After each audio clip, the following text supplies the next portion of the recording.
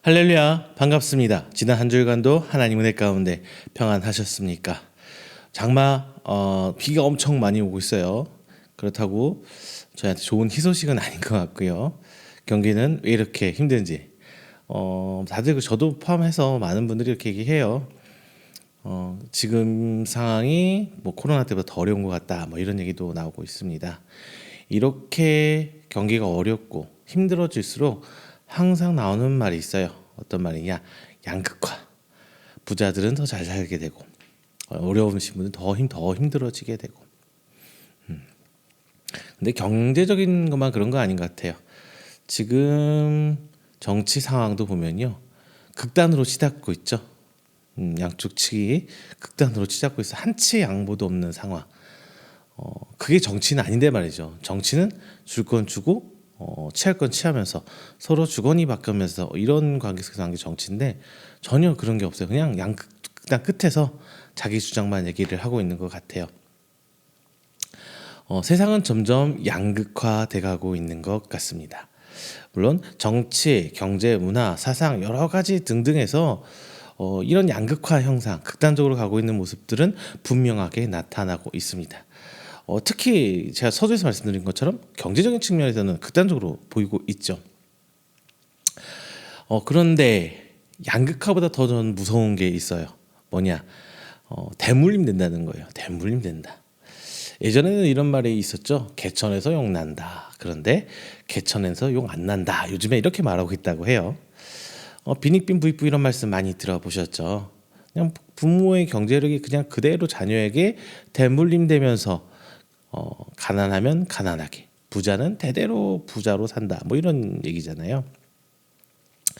뭐 제가 시작부터 이런 말씀을 드린 이유는 뭐 정치적인 이유도 아니고 경제적인 뭐 강의를 하고자 하는 얘기도 아닙니다. 상속에 대한 얘기를 하고 싶어서 이 얘기를 꺼냈어요. 다들 상속이 뭔지는 여러분 다 알고 계시죠? 부모로부터 어떤 일정 유산을 물려받은 행위를 상속이라고 합니다. 이 상속이라는 개념은 법적 개념이 좀 다분히 포함되어 있어요. 사회적, 문화적으로 인정받아야 하는 것도 있지만, 중요한 것은 법적 효력 안에서 이루어져야 하는 것입니다. 누구나 다 인정할 수 있는 그 테두리 안에서 진행돼야 된다는 거예요. 여러분 어디에 속하십니까? 여러분 어디에 속하세요?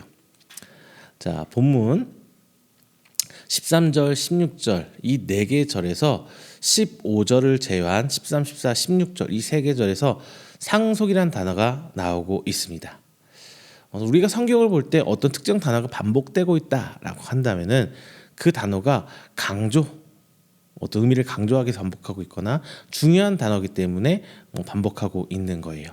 그래서 성경을 볼 때 우리는 반복하는 단어를 유심히 봐야 합니다. 앞서 말씀드린 것처럼 상속이라는 단어는 법적 의미가 아주 강한 단어예요. 그래서 충분히 조건이 갖춰졌을 때 비로소 이 상속이 정당성을 갖고 있는 거예요. 만약 그렇지 않은 경우에는 어떻게 돼요? 법적 분쟁이 비일비재하게 일어납니다.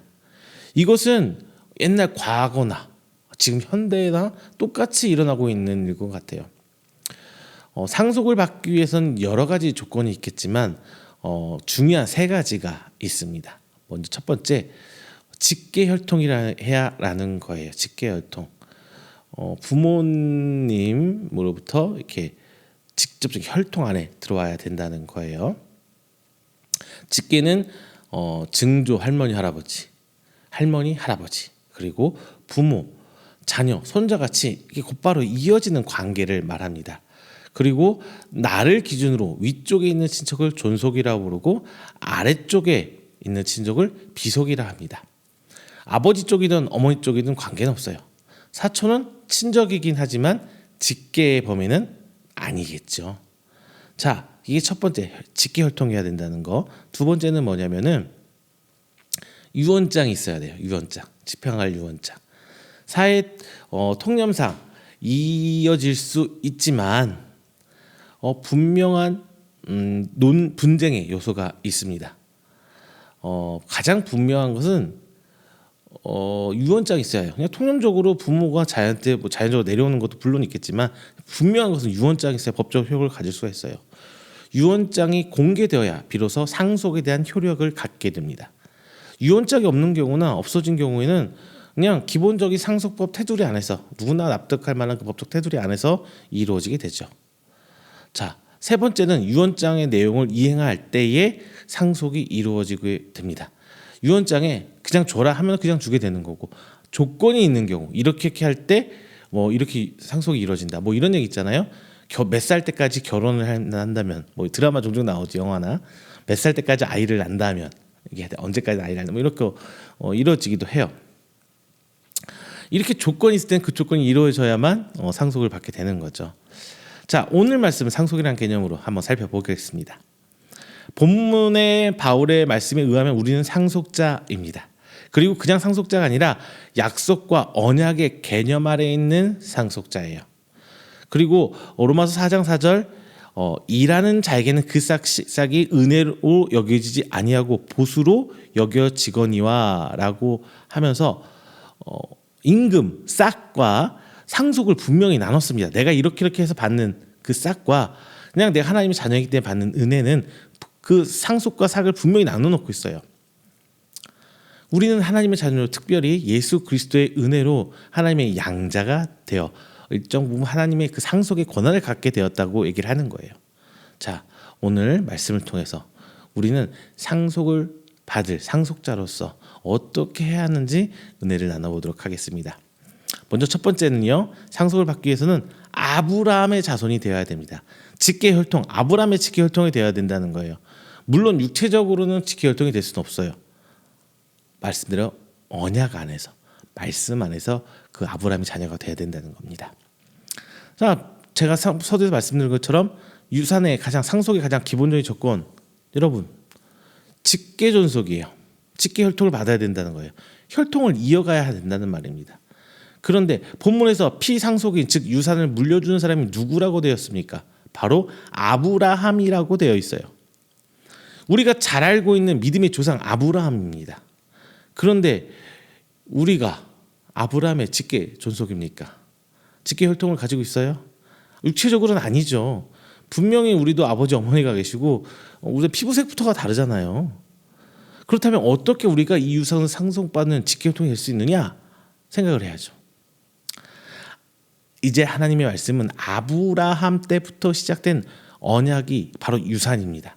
그리고 이 언약은 아브라함부터 시작해서 이삭과 야곱을 통해 이 이스라엘에게 이어져 왔어요. 그리고 이제 예수님을 통해서 하나님의 자녀가 되었죠. 예수님을 통해서, 예수님을 믿음으로 말미암아 우리가 하나님의 자녀가 되어서 이제 모두가 다 그 언약의 상속 권한이 생긴 겁니다. 말씀이 근거돼서요. 13절 이렇게 얘기합니다.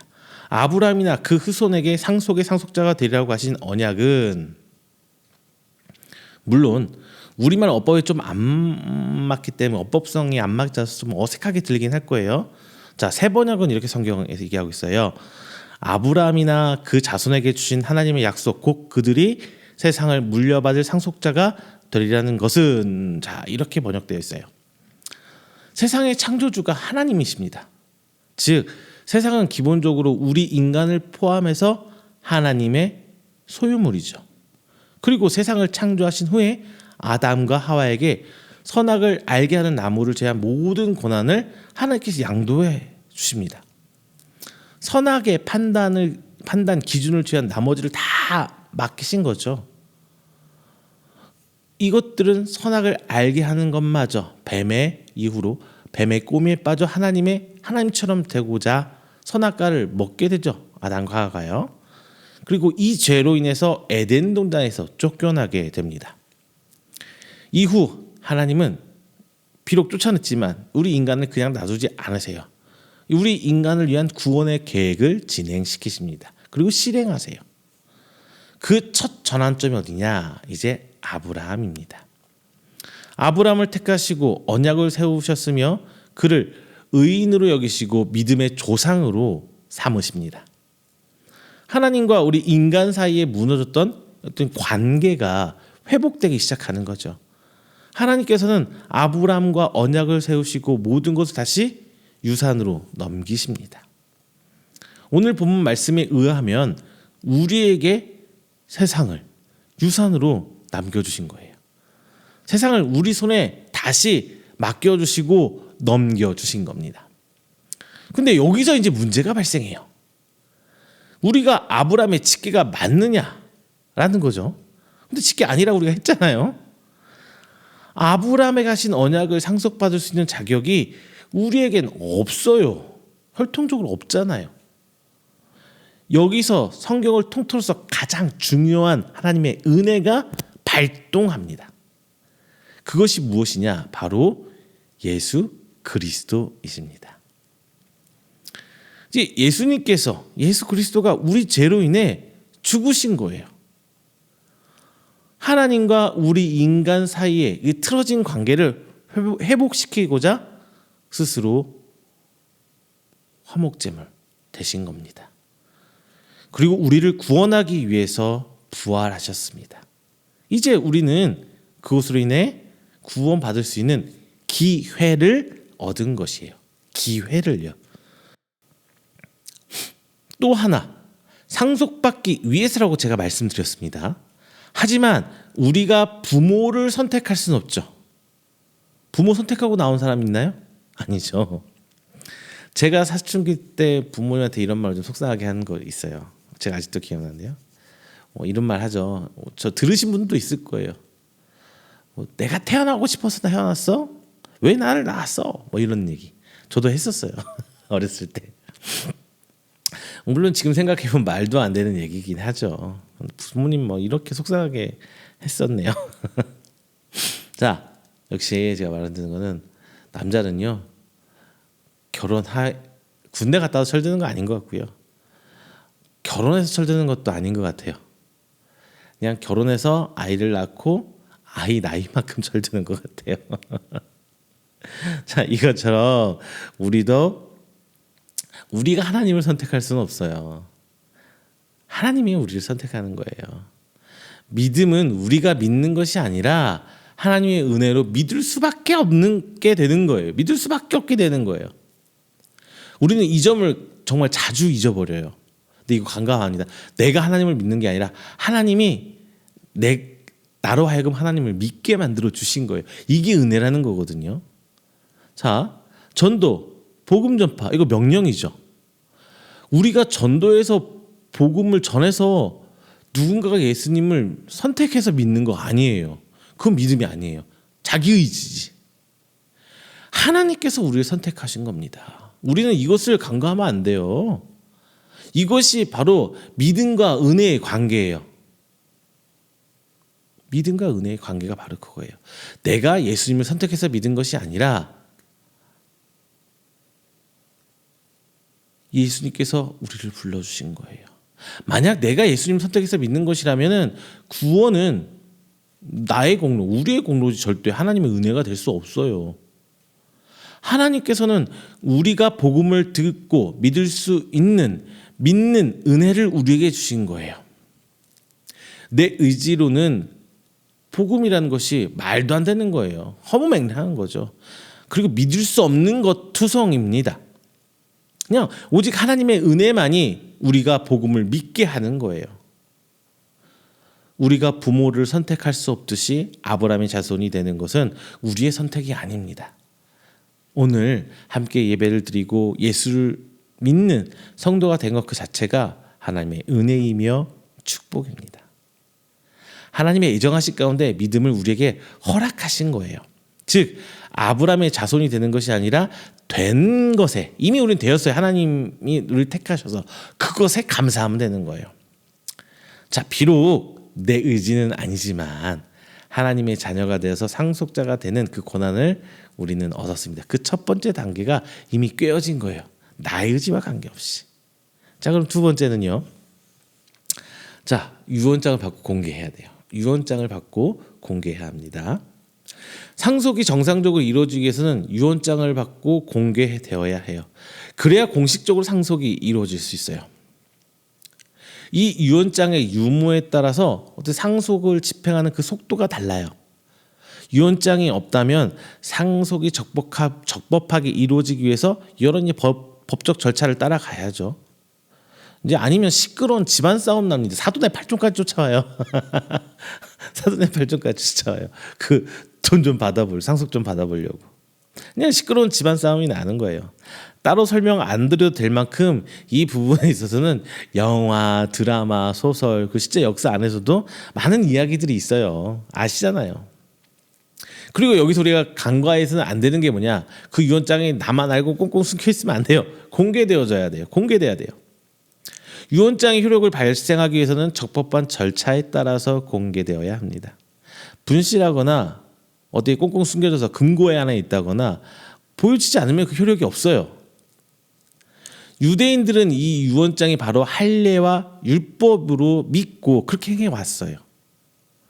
오늘 로마서 4장에서는 바울은 이 두 가지 모두를 지적하고 있습니다. 먼저 11절에서 아브라함의 할례를 이야기하고 있어요. 11절, 그가 할례의 표를 받은 것은 무할례 시에 믿음으로 된 의를 인친 것이니 이는 무할례자로서 믿는 모든 자의 조상이 되어 그들도 의로 여기심을 얻게 하려 하심이라. 이렇게 적혀 있어요.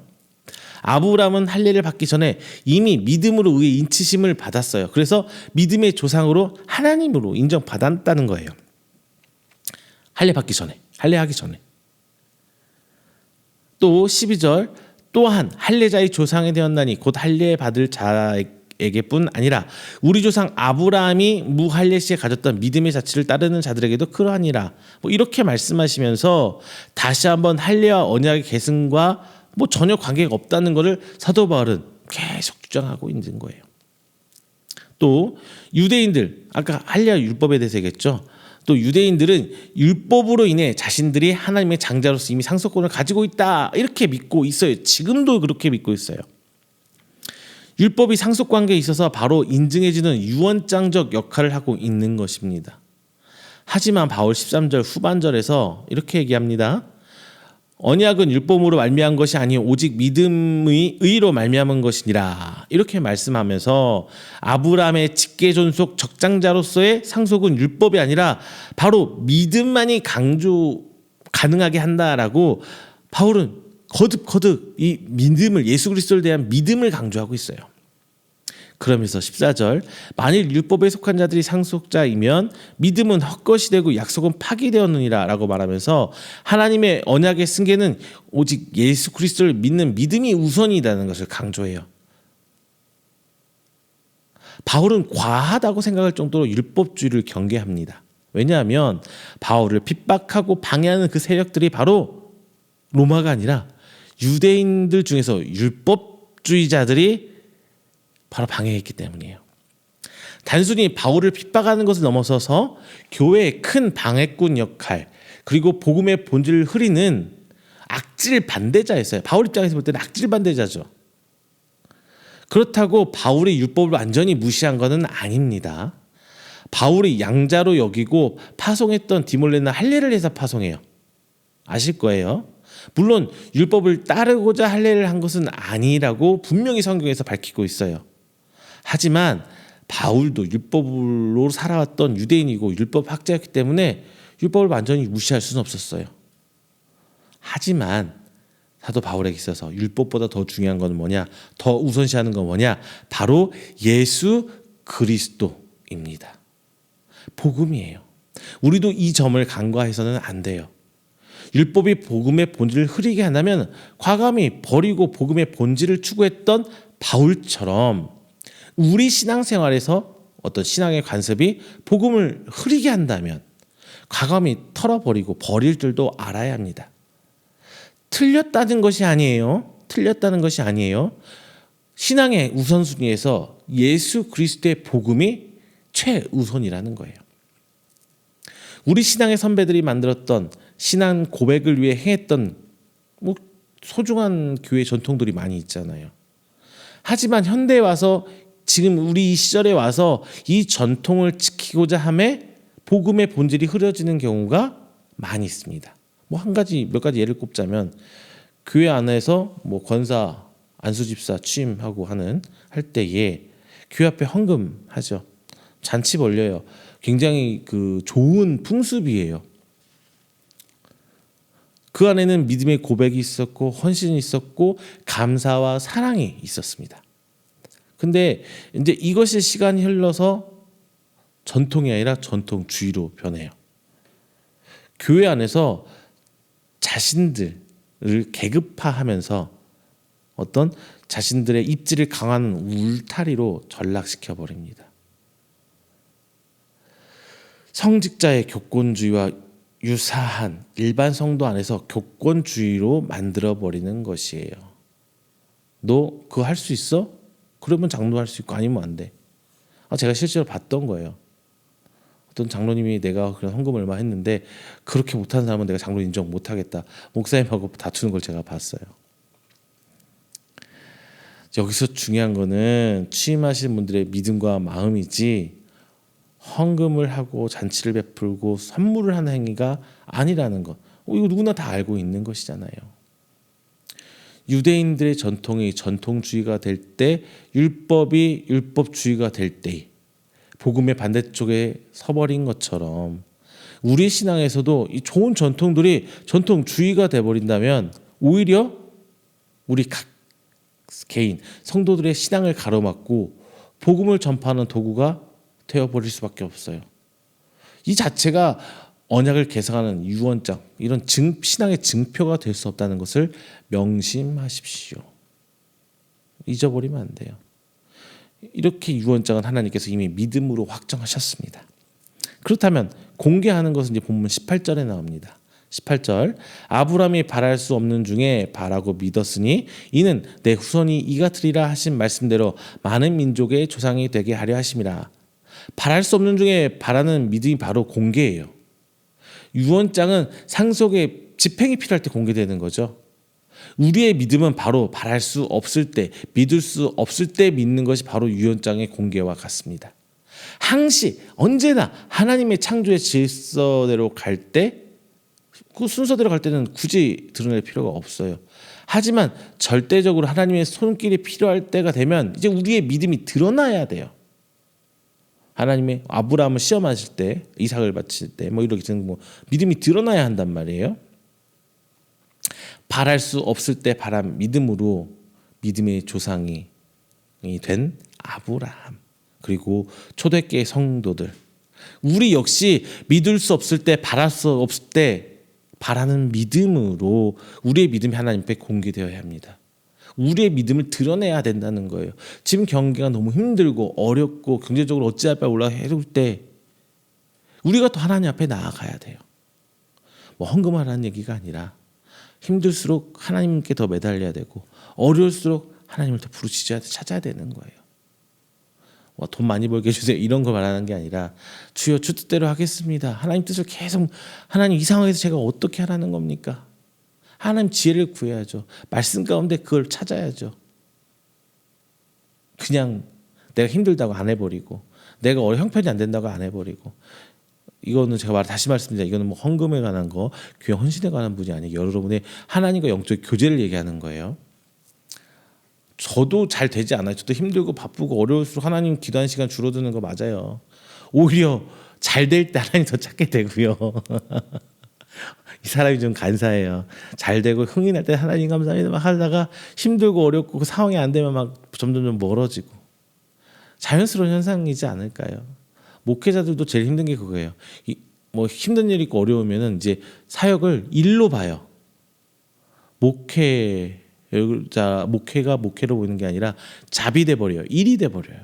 그런 순간 은혜가 안 되거든요. 자, 하나님 앞에 여러분의 믿음을 공개하는, 그래서 유언장을 공개할 수 있는 여러분 되시길 바랍니다. 마지막 세 번째요. 유언장을 이행하십시오. 상속을 받기 위해서는 언약을 이행해야 되는 거예요. 마지막 유언장이 집행되기 위해서는 유언장의 내용대로 상속자가 어떤 유언장의 내용을 선행해야 되죠. 이행해야 됩니다. 그래야 집행돼요. 우리가 하나님의 자녀로서, 아브라함의 자녀로서 믿음의 직계 존속이 되고 믿음의 유언장을 받아 공개했다면 이제 마지막 유언장의 조건을 선행해야 합니다. 바울은 19절에서 21절에서 이제 아브라함의 상황과 믿음을 이야기해 주고 있어요. 19절에서 21절, 19절, 그가 100세나 되어 자기 몸이 죽은 것 같고 사라의 태가 죽은 것 같음을 알고도 믿음이 약해지지 아니하고 20절 믿음이 없어 하나님의 약속을 의심하지 않고 믿음으로 견고하여져서 하나님께 영광을 돌리며 21절 약속하신 그것을 또한 능히 이루실 줄을 확신하였으니 아브람과 사라가 아이를 낳을 수 없는 상태 즉 죽음으로 말합니다. 즉 창조 질서 섭리 안에서 더 이상 이제 자연 상태로는 아이를 낳을 수가 없게 된 거죠. 이 상태에서 하나님의 언약이 이루어질 수 없는 상태가 되었음에도 불구하고 아브라함은 하나님을 등지기보다 믿음이 견고해지고 하나님께 영광 돌리며 언약이 이루어지길 기다렸다 이렇게 바울은 얘기해요. 이것이 하나님 보기에 의로 보였던 거예요. 우리는 우리가 바라는 것이 이루어질 상황을 기대합니까? 그리고 그 상황을 믿습니까? 과연 이것이 하나님의 약속을 향한 믿음일까요? 하나님께서 원하시는 믿음은 바랄 수 없는 상황에서 바라는 믿음, 즉 이미 상황으로 가능성이 하나도 없어졌음에도 불구하고 하나님의 약속을 믿고 기다리는 그 믿음입니다. 앞서서 유언장의 공개가 바랄 수 없는 중에 바라고 믿는 거라면 이제 유언장의 내용을 이행하는 것은 바로 인내예요. 인내, 기다림이에요. 믿음을 놓지 않는 인내, 바로 그것이 마지막 우리 유언장의 이행입니다. 아브라함은 기다렸어요. 하나님께서 약속하신 그것이 이루어지길 끝까지 기다렸어요. 물론 중간 잠깐 어긋나면서 이스마엘이 나오긴 해요. 하지만 결국 결론적으로 보면은 아브라함은 기다렸어요. 하나님의 그 이루심을 기다렸어요. 그리고 하나님께서도 기다리십니다. 우리만 기다리는 거 아니에요. 하나님께서 기다리세요. 하나님께서는 아브라함과 사라가 이제 무능력해질 때까지 기다렸어요. 안 될 때까지. 오직 언약의 이행을 위해서, 오직 하나님만이 할 수 있다는 그때를 위해서 하나님은 기다리십니다. 그리고 마침내 그때가 이르자 하나님은 이행하세요. 언약을 이루세요. 우리 인간은 하나님의 구원의 사역 안에서 무능력해요. 우리가 뭘 할 수 있겠어요? 할 수 있는 것이 없습니다. 인간의 조건, 상태, 행위 등에서 이런 구원이 존재하지 않아요. 다만 오직 하나님의 능력 안에서만 언약이 이행됩니다. 오직 하나님만 이 유언장의 집행자가 되셔서 우리가 상속자로서 어떤 결격사항은 없는지 빠진 건 없는지 유언의 집행과 상속이 올바르게 진행될 때인지 판단하시고 집행하시는 거예요. 하나님은 아브라함의 이 믿음을 인내를 의로 보셨어요. 우리가 될 줄로 믿는 믿음을 넘어서서 하실 하나님을 믿으며 결과보다는 하나님의 일하심을 기대할 때 하나님께서 우리를 의롭다 여기실 거예요. 이제 하나님께서는 적복하게 우리를 상속자로 인정하시고 하나님의 언약이 우리에게 상속되어서 우리는 이제 하나님의 상속자로서 그 권리를 누리게 되는 것입니다. 자, 여러분 말씀 맺겠습니다. 바울은 아브라함의 언약이 아브라함으로 끝나는 것이 아니라 우리에게까지 확장되는 것을 24절에서 25절에 말씀해주고 있어요. 24절 의로 여기심을 받을 우리도 위함이니 곧 예수 우리 주를 죽은 자 가운데서 살리신 이를 믿는 자니라. 예수는 우리가 범죄한 것 때문에 내 줌이 되고 또한 우리를 의롭다 하시기 위하여 살아나셨느니라. 우리는 하나님의 자녀 양자가 되었고 믿음의 조상인 아브라함의 후손으로서 척법한 상속자입니다. 비록 피 한 방울 안 섞였을지라도 예수 그리스도를 믿는 은혜를 받아 아브라함의 족보에 들어가게 되었어요. 이제 아브라함이 받은 언약이 우리에게까지 상속되어 이어지게 됩니다. 이것은 우리가 받아 믿을 수 있을 때든 믿을 수 없을 때든 그 믿음이 인정될 때 비로소 상속이 집행되는 거예요. 다만 여기서 우리가 조심해야 될 건 분명히 있어요. 이 모든 것은 하나님께 감사하게 받아야 할 은혜이지 마치 그냥 우리가 이 땅에서 하나님께 예배드리고 헌신하는 대가로 여겨서는 안 돼요. 그건 싹이 되어버려요. 임금이 되는 거예요. 우리는 결코 율법이나 행위로 하나님 앞에 의롭다함을 인정받을 수 없어요. 그리고 우리의 소망은 이 땅에서 사는 삶을 넘어서 마지막 때에 있습니다. 예수 그리스도가 다시 오실 그때를 믿고 기다리는 믿음이 바로 아브라함이 바랄 수 없는 중에 바라는 믿음입니다. 이 땅에서 오늘을 살기에 양식도 물질도 가족도 다 무시하며 살 수는 없어요. 그런데 이것이 목적이 되고 하나님이 그리고 하나님의 언약이 수단이 될 수는 없어요. 이것은 믿음이 아닙니다. 이 모든 것은 바로 예수님 때문에 가능한 일이에요. 그 어떤 것으로도 하나님 앞에 구원받을 수 없는 우리 때문에 예수님이 죽으셨어요. 그리고 우리를 의롭다 하시기 위해서 예수님이 다시 살아나셨습니다. 상속을 당연하게 여기면 폐륜이 일어나요. 유대인이 그랬어요. 상속을 감사히 받을 때 그 유산이 온전히 유지되고 사용됩니다. 우리가 상속자 된 것은 오직 하나님의 구원의 사역 안에서 예수 그리스도로 말미암은 것입니다. 자만도 교만도 마시고요. 그렇다고 힘들다고 주저앉지도 포기하지도 마세요. 오직 우리의 믿음을 견고하게 하시고 인내하고 있다면 하나님께서 모든 상황 가운데 하나님께 영광 돌리며 의롭다 인정받는 여러분이 되실 것입니다. 여러분 지금 너무 어렵고 힘들어요. 하지만 힘들다고 포기하지 마세요.